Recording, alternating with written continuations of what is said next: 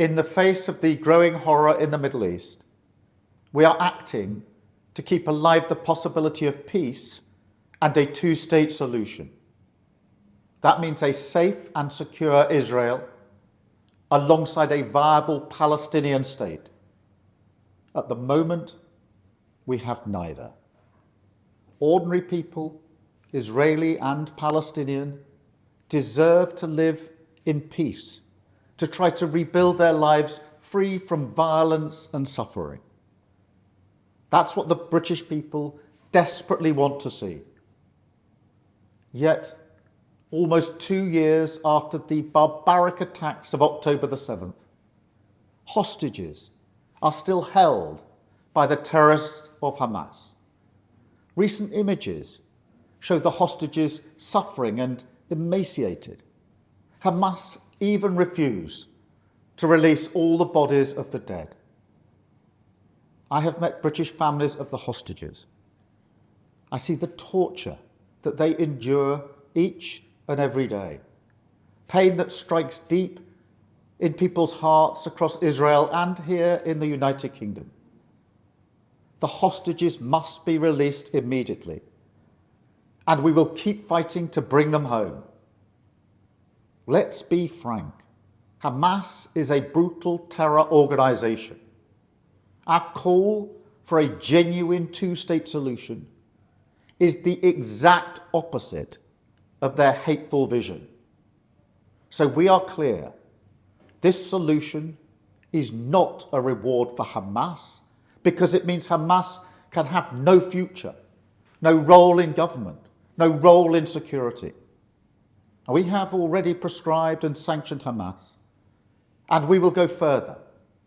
I have directed work to sanction other Hamas figures in the coming weeks. Meanwhile, the man-made humanitarian crisis in Gaza reaches new depths. The Israeli government's relentless and increasing bombardment of Gaza, the offensive of recent weeks, the starvation and devastation are utterly intolerable. Tens of thousands have been killed, including thousands as they tried to collect food and water. This death and destruction horrifies all of us. It must end.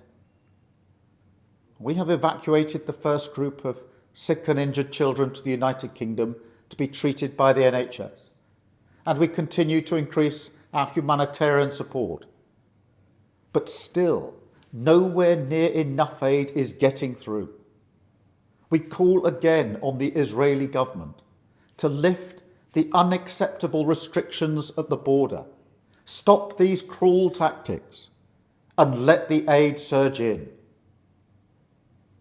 With the actions of Hamas, the Israeli government escalating the conflict, and settlement building being accelerated in the West Bank, the hope of a two-state solution is fading.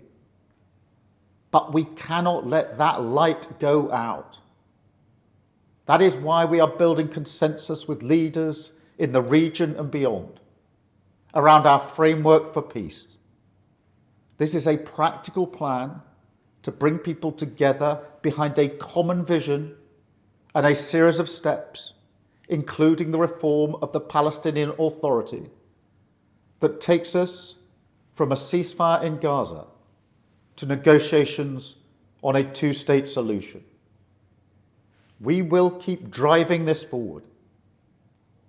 As part of this effort, I set out in July the terms upon which we would act in line with our manifesto to recognise Palestinian statehood. That moment has now arrived.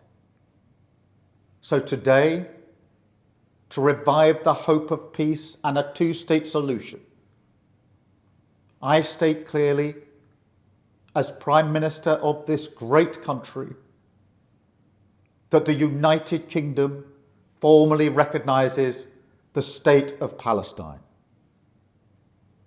We recognised the State of Israel more than 75 years ago as a homeland for the Jewish people. Today, we join over 150 countries who recognise a Palestinian state also. A pledge to the Palestinian and Israeli people that there can be a better future. I know the strength of feeling that this conflict provokes. We have seen it on our streets, in our schools, in conversations we've had with friends and family. It has created division. Some have used it to stoke hatred and fear, but that solves nothing. Not only must we reject hate, we must redouble our efforts to combat hatred in all its forms. We must channel our efforts, united together in hope, behind the peaceful future that we want to see. The release of the hostages, an end to the violence, an end to the suffering, and a shift back towards a two-state solution as the best hope for peace and security for all sides.